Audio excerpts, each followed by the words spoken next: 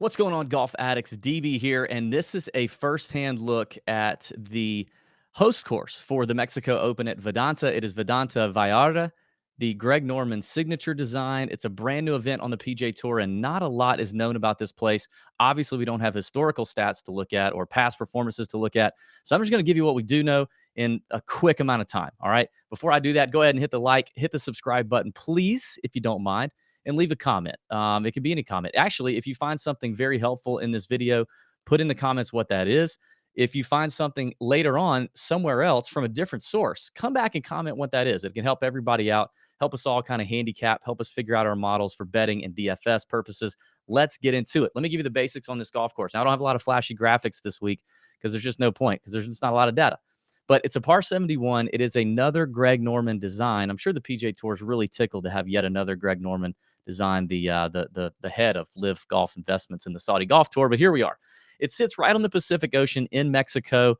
There's a view. It runs alongside the Ameca River, but it's very coastal. This is a coastal spot. It's originally built as a resort course, right? The Vedanta resorts are beautiful places. But when the PJ Tour signed a 3-year contract to host this event, they definitely beefed up the place. They made a lot of changes. They made it more difficult. It's going to be pretty interesting. You need to know this course is at sea level. There are mountains behind it, and in some of the views, it's kind of hilly and the terrain's beautiful. But this is at sea level, unlike some of the other coastal tracks that we sometimes play, or the Mexico event prior to this at Club de Golf Chapultepec, I believe it was. So no elevation help here. This is all at sea level. It's a par 71. They did make two of the par fives into par fours for the PGA Tour event. So it's a par 71, and it's about 74.50 if they tip it out. Now, that's something everybody needs to understand is not every scorecard yardage that you see put out by the PGA Tour is what it's going to play every day. Okay, you may already know that. That may seem really simple to a lot of you, but that's not how it's going to play. They move the tees around. That's basically its tipped yardage. Like at the max, here's what it could play. Obviously, the tour will change that to spice it up every day, or they may change it based on weather. But that's what this course could do. So it's pretty lengthy. A par 71 over 7,400 yards. It was designed in 2015 by Norman.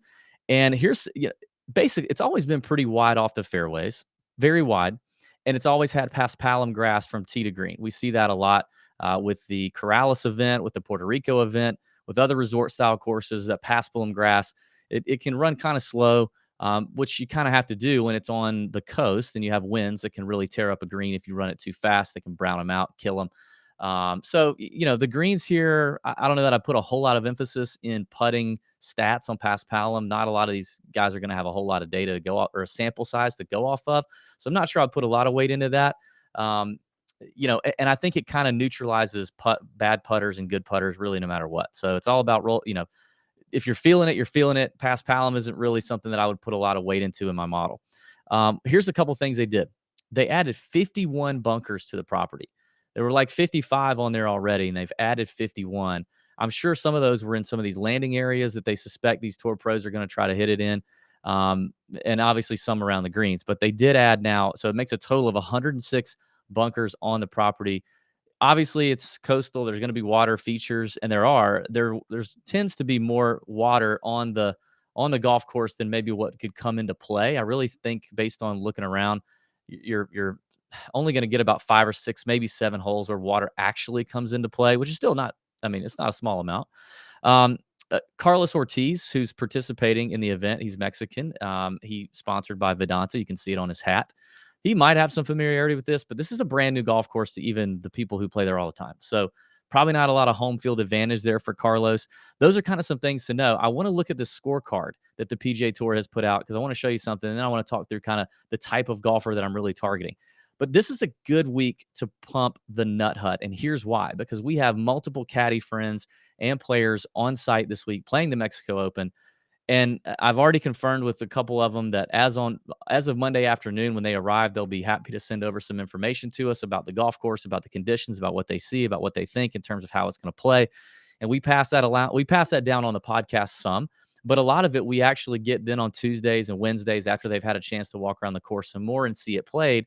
And that really comes out in the Wednesday night live chat in the Nut Hut. So if you're not already a Nut Hut member, or you're wondering what that is, it's just a private Discord server. If you don't know what Discord is, it's probably the biggest chat service in the world right now. Community, if you will. It builds community, right? So join the Nut Hut. You can actually get in for free. So if you just click the link in our in this description below, or if you're listening on Apple Podcasts, click the link there. You can go to our website. You can see how to get started. If you want to go ahead and be a full member and unlock all the access, then you can pay $10 a month or $90 a year, whatever you want to do. And there's a ton of benefit to this. I promise you, there will be 1 week a year at least where you feel like you've paid your yearly membership and then some, because of some nugget that was given in the Nut Hut. So check out the Nut Hut, and you can, just like I said, if you already have a Discord account, you can use your same Discord username and get in the server for free. There will just be a lot of things hidden to your view that we don't show everybody. We don't give access to unless you're a paying member. So check that out. It's going to be good.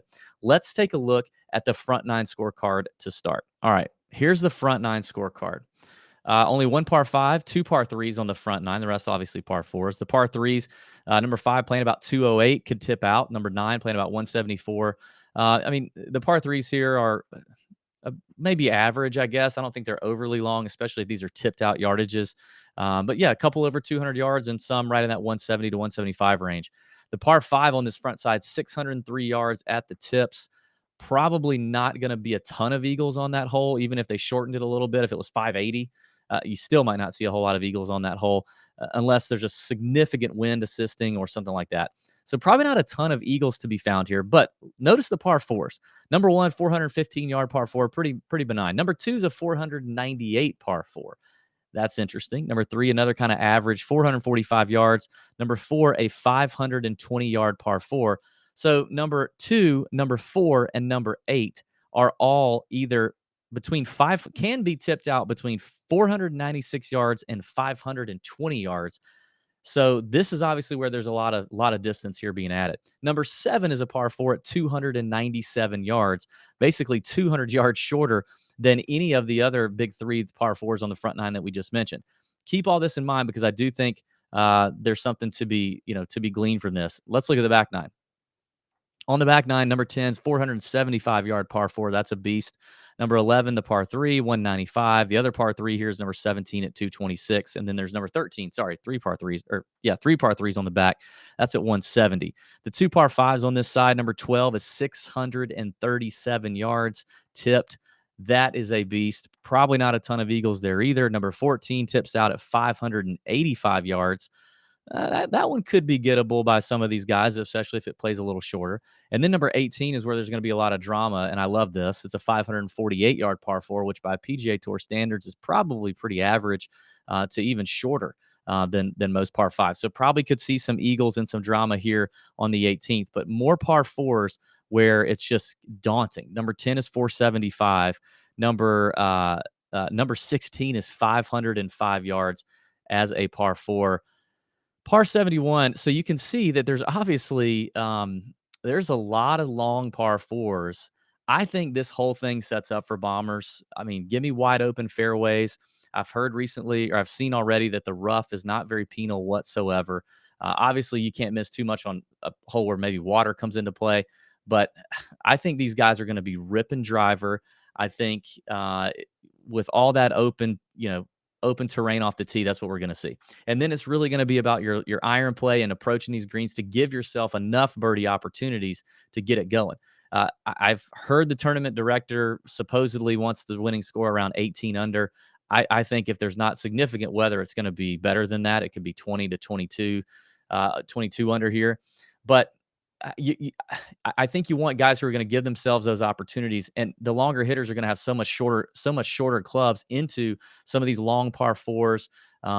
And I think that's going to be the ultimate difference maker here. So really, I think it's kind of, and this tournaments like this are kind of a crapshoot. They really are, because it's a brand new event we don't know a lot about. It's a resort style course, which always lends itself to a lot of birdies, and with a weak field like this. I mean, John Rahm, Daniel Berger, Patrick Reed, Tony Finau are the 4 big players here at Vidanta. It's a very weak field, and we're also probably already seeing withdrawals. So I think if the tournament continues to see weak fields like this, and especially this year, we're going to see a lot of variance on the leaderboard. So I like young, aggressive bombers who are going to go out there and just try to rip this place apart.